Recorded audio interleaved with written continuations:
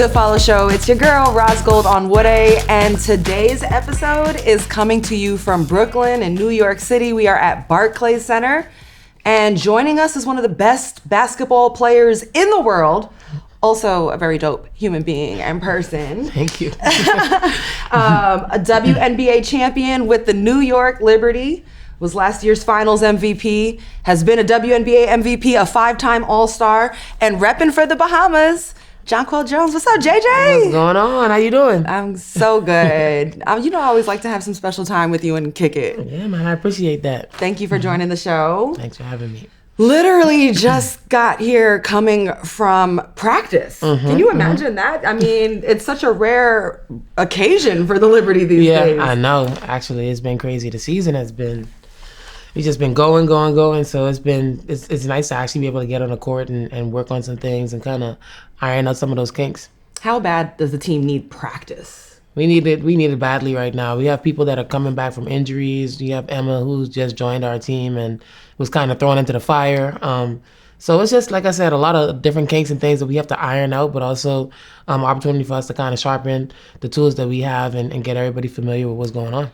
Yeah, when you just think about what it takes to run back a championship is really hard. And especially this season, some things out of your control, like when you think about all the injuries that have happened to the team, also just to you, how would you reflect on the way this season has kind of rolled itself out so far for you? Yeah, I mean, always when you're coming into the season, you kind of think about it as there's going to be like, ups and downs, ebbs and flows, highs and lows. And you kind of prepare for that. And as a vet, it's something that you really expect. But coming into the season, if anybody had told me that it was going to be the way it has been for us in terms of injuries, I would have said that they were lying. Like, I just wouldn't have believed it because it's just been a lot.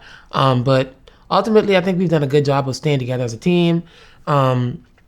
Really just figuring it out and understanding that sometimes it's just going to be a little bit tough with the situation that we're in.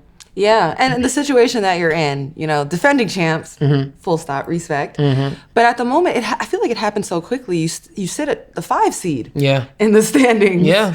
Like, how do you feel about that? I mean, obviously, we understand that we're not a 5 seed in this league, obviously. But at this point, it's just about winning basketball games. It's about stacking the wins, doing the things that we can, focus on the things that we can control so that we can win basketball games. But it's been tough, man, like I said. So now there's so much parity in the league. There's so much, good competition. And any given night, anybody can beat anybody. And so we've seen that firsthand, and now we understand that it's going to take a high level of consistency, effort, all of the little things, but also making sure that we have enough bodies to be able to keep up that level of play too. And I think that's been the biggest thing for us. And what about the rebounding side of the ball? Oh, it's going to be huge. It's a big emphasis for us. I think a lot of times us playing the 5-out offense, like, is good for our spacing, but it kind of causes us not to have as many people, hitting the boards. And so there's an emphasis now, for me and a lot of the other players to really just focus on that aspect of the game. And I think we did a good job of doing it the last game against Connecticut. We just got to carry on. Yeah. The way I look at the team is I'm the one calling your games and watching you each night. I kind of feel like you have the most upside right now, if that's the way I'm looking at it. I agree, actually. I completely agree with that. You know what I mean? Completely agree with that. Because y'all probably don't even really know what is the full potential of dangerousness that you have, because you have not put all the talent together enough. I agree. Yeah. Like, so Emma Mieseman joined the team. Stewie's back. So what is the potential of that group, especially y'all three on the court, even if you're sharing the court together at times? I mean, obviously the potential is to be able to win, and that's world-class athletes, and luckily we had the opportunity to be able to play together overseas. So we're in Russia. In Russia, yeah. So we're used to playing with each other. We understand tendencies. We understand the strengths of each other, and so now we just have to put it together in a new system under a new coach and bring Emma into the fold. But honestly, if I'm any team in the playoffs, I don't want to see us in the first round. I don't want to really see us in the playoffs because I feel like we just, like you said, haven't really realized our potential yet, and haven't had the opportunity to put our full roster out there on the court. Yeah, and to your point, I think the familiarity will go a long way. I think everybody's very high IQ on this team. Yes. Very versatile. And for me, you're very unselfish. And that's going to go a long way in bringing us together. I got one more characteristic for you that I didn't say. Okay. you also a sniper, okay?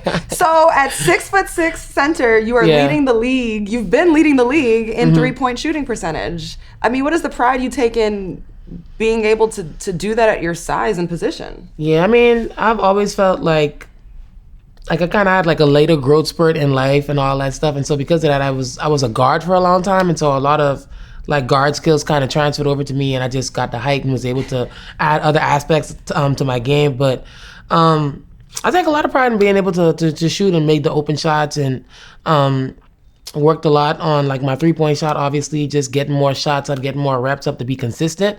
And it's showing. And so again, that's the upside of the 5-out offense, is that you're going to be able to shoot a lot of threes. And my teammates, my coaches trust me to make that shot. So I'm excited that I get to do it here. Are you finding that most defenders won't come out there with you, that you have that space, or are they coming out tight for you? No, I think it's a little bit of both, right? So sometimes you may have Sabrina and Stewie on one side of the court, and they're playing in the 2-man action, and so now they're thinking like, okay, we have to help because it's Sabrina and Stewie on that side. So then I get the open shot, and then I start hitting, and now they're like, oh, we can't leave JJ, so it allows Stewie and Sabrina to have more space to be able to get downhill, play in their spaces, and so it's kind of like a give and take. And I think that's the good thing about a versatile team, is that no team can take away everything. There's something that they're gonna have to give up, and it's just our job out there to kind of exploit that, understand the mismatches, what we want to go to, and then play from there. It sounds like a fun, simple game. Like it can be. Yeah. It can be, right? Yeah, if it all could be so simple. Yep. So you guys won the championship last season. Winning the championship, it comes with a lot of perks. So y'all went as the championship team to the Met Gala. Okay, so this is the fashion stage of all stages. It was you, Stewie, Sabrina, Clara Wu-Tsai. I want all the tea. Like, I want to know about the experience, and I also specifically about your hair and your fit, how it came together. You stole the show in some ways. Yeah. I agree with that statement. You felt like you were the best dressed? I honestly do feel like I was the best dressed. Tell us why. I mean, I felt like my hair was a statement piece. Like, I already command like a lot of attention because of my height when I walk into a room. So then to have my height and then have even more height with my hair, people were just, when I walked in the room, just all eyes were on me. I think Sergio Hudson and Courtney Mays did a really good job of tailoring my outfits and making sure that I felt comfortable. Like, I think that was the most important thing for me, is that I wanted the outfit to represent me and like how I carry myself through life, but I also wanted to be able to move through the Met Gala with a level of confidence and comfortability. And I think my outfit did a really good job of doing that, because I didn't feel uncomfortable. I didn't feel like, sometimes, when you're wearing things and like things are shifting or moving, you can kind of worry about that, and it kind of takes away from your confidence a little bit. And I think they did a really good job of just making sure everything was tailored well, fit well, the different materials, the accessories from like what was on my suit kind of, flowed up into my hair. So it was just a lot of different things. And then my hair, of course, they did a really great job of just making sure that it was centered, structured. So even though it was like really high up, I never felt like it was going to like tip over or anything like that. I didn't get a headache. It was just all really well done. So how tall were you with the hairstyle? No idea. Maybe 7 feet. I don't know. I feel like it gave me at least 6'8". Was there a rod inside of it to keep it up? When the hairstylist, when she did my hair, what she did is that, so she put my hair in a ponytail first, and then she took like some of my locks from like the inside of the ponytail, and she made like a structure with it. So she like kind of held it up in like hair ties, and then she wrapped it with like a wire to give it that structure on the inside.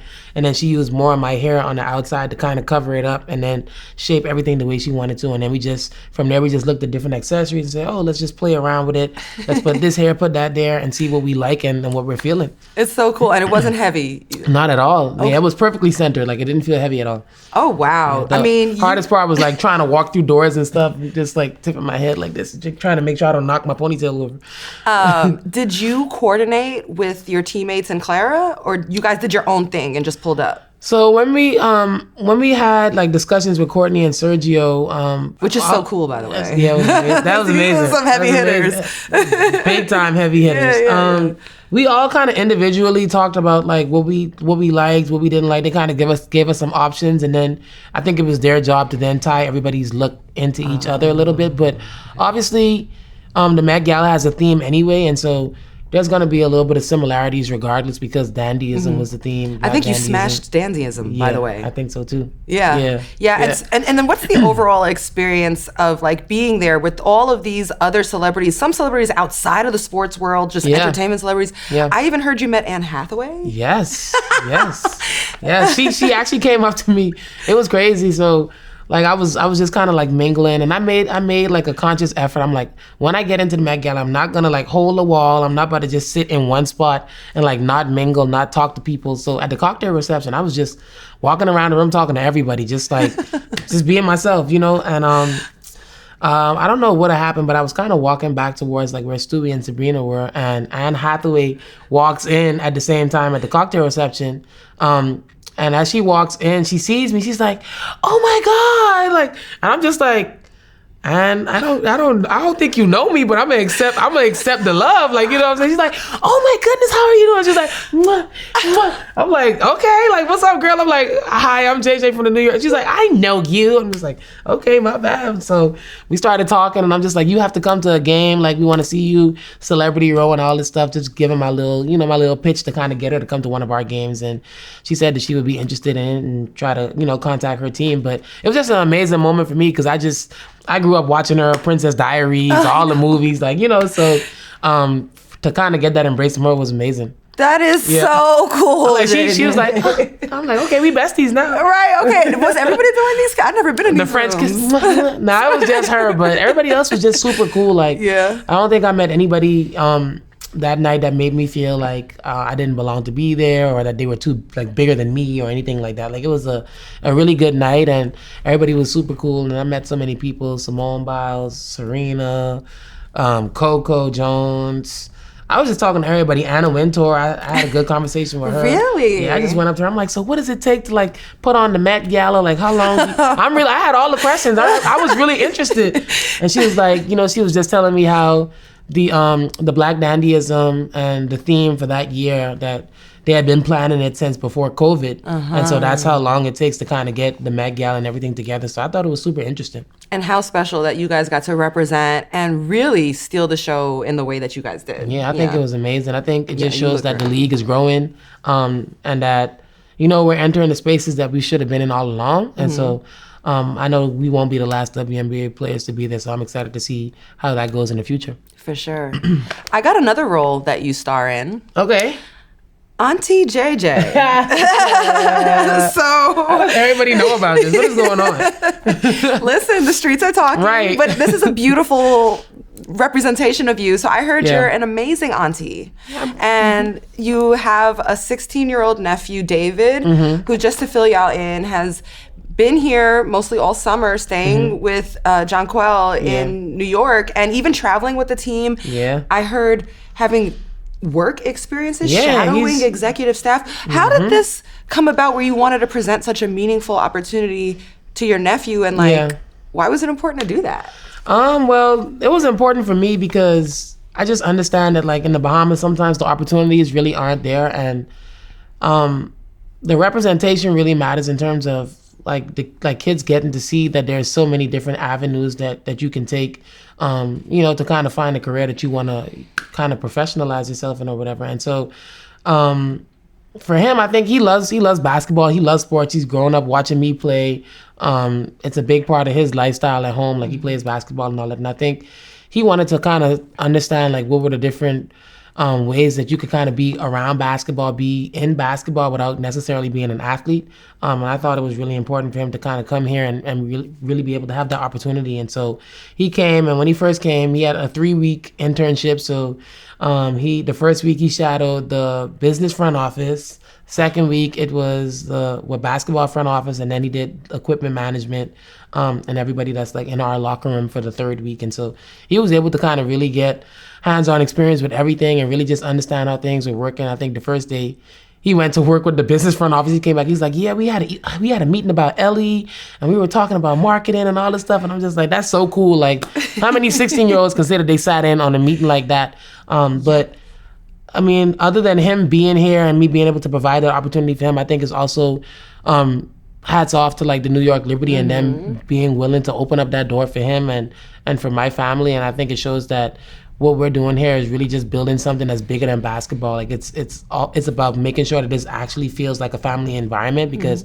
a lot of teams and a lot of organizations like to use that term of, oh, this is a family, but it's not until you start doing things like that that you really get to see how much an organization cares about you and the well-being of the people that are around you. Yeah, just another example of like, honestly, the Liberty being really A1, you know? And what an incredible experience for a 16-year-old. I know. He may have a future in sports business. No, he is. He is. He definitely, after he left, like, 2 days ago, we went to Atlanta, so he stayed with my sister in Atlanta, and then he flew back home to the Bahamas, and he was like, me and him were talking, and I was just kind of letting him know, like, you have all these resources now. Like, you know, I went to GW, Serena went to Oregon, Kennedy went to UCLA. Like, there's people that, you know, we can kind of talk to kind of help you, you know, further your education in college and all that stuff too. So don't feel like, you know, you don't have these resources. Use your resources and understand how important it is.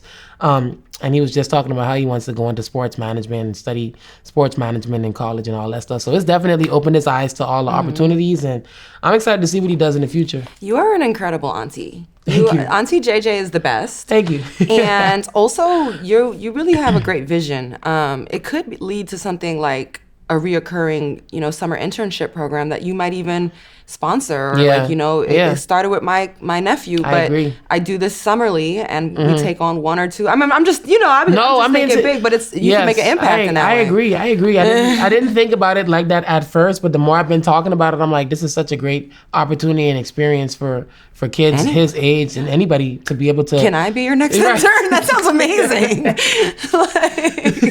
for real, the next one they could actually spend time with me if you want. Go. Yeah, they could absolutely. Okay. That actually sounds cool. Yeah, little media stuff. They can see that side too. Not us putting things together. But I'm actually really not surprised that you do think that big. Because actually, and first of all, I just want to excuse myself. I have misnamed you the entire interview. Sorry. Dr. JJ. You made me nervous. I'm like, did I not hear you misname me? Like, we talking to Dr. JJ, Dr. Jonquel Jones. You know, you received right before the season an honorary doctorate degree of humanities from your alma mater at George Washington University. And you were also the speaker, the commencement speaker at the ceremony, which is incredible. And, you know, I was just like, dang, that's a long way to come when you even reflect back and think about where you've been growing up in the Bahamas, your life experiences, and then here you are at the ceremony as the commencement speaker, and you're looking out into the faces of future graduates, leaders of society. How does that make you feel, and what was the message that you wanted to get across? Yeah, I mean, it made me feel honored, obviously. It definitely made me very like reflective, just even like all the moments and all the preparation leading up to the moment of giving the commencement speech and also receiving my honorary doctorate. But the message that I wanted to send to them was just that the journey isn't linear. Like, there's going to be ups and downs. There's going to be times when you kind of feel like you're not making progress, but the consistency is the most important thing. Trusting the people that are around you and trusting in your foundation is going to be important. And then also having fun while you're going, you know, along that journey. Because I think a lot of times we feel like we're supposed to just like, oh, when we get there is when we're going to enjoy it. Or when I get this is when I'm going to be happy. And when I get that, I'm going to be happy. Whereas it's the journey to getting those things that oftentimes have like better memories than the actual things that we want to achieve and the success that we want to have. And it's the people that you meet along the way that kind of matter and that kind of shape you into the person that you want to be. So just understanding that, you know, we all have things that we want to achieve, but it's the people around you. It's the way that you go about going down that path and really just enjoying it, having fun, and living in the moment. Yeah. I mean, sheesh, what a year it's been for you. All of these different huge stages that you've prepared for on top of winning the championship. I mean, you sound like the type of person who might have already given it thought or is putting steps towards it. Like, what could you even imagine for yourself after basketball? Oh man, after basketball, and okay. I mean, I think about this a lot. I think the first thing for me is just to continue to build my real estate portfolio so that like I don't have to work if I don't want to. That's the main thing. And then even bigger than that, like in a perfect world, if I could get the right amount of investment, and the people that have the same vision as me, is for me to, like, I really want to like go back home to the Bahamas and build like the infrastructure to get, especially basketball players, but not just basketball players, all athletes, the facilities, the training, and I said before, the infrastructure to really get them to be able to stay home in the Bahamas, develop their games, and not have to leave home at such a young age like I had to do. So I left home at like 13, 14. So I missed a lot of family dinners. I missed a lot of birthdays. I missed a lot of nieces and nephews growing up. And so like I sacrificed a lot for this game, and it's given a lot back to me. But I think now we should, as the new, the role models, and we have so many NBA players now. I'm in the WNBA. We have so many professional athletes that are doing amazing things, and Olympic gold medalists and track and field and all this stuff. And I think it's our duty now to just make sure that our kids can stay at home and be able to do all of that at home and not have to leave at such a young age. So I think that's the big thing for me too. Absolutely. That's a beautiful way to pay it forward and to give back to young people like yourself coming up, where they don't have to be exported out, and can be homegrown and still pursue that career, but also live full lives on their homeland. You were quite impressive. I thought I was impressed because you could shoot the three ball well as a 6'6" center, but like it's way beyond that with you. Thank you so much. And I truly appreciate the time and you joining us here at Good Follow Show. I appreciate you. Thank you. Yeah. Okay, I'll see you after the court. I'll be at the next game.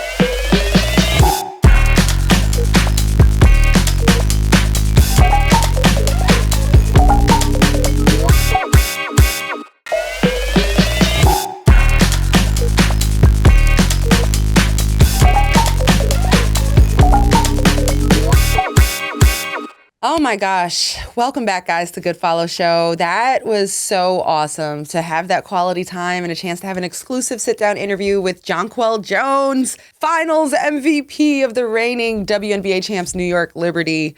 We so appreciate her time. And actually, now we are at the point of the show where we're running out of time. So we got to get to some quick hits, some headlines.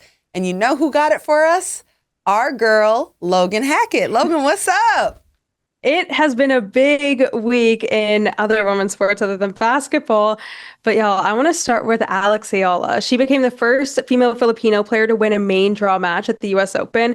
And she is the people's sweetheart. It's almost like the treatment that Emma Raducanu got when she won the US Open a few years ago. Everyone loves her. She's a sweetheart, giving hand hearts to the crowd.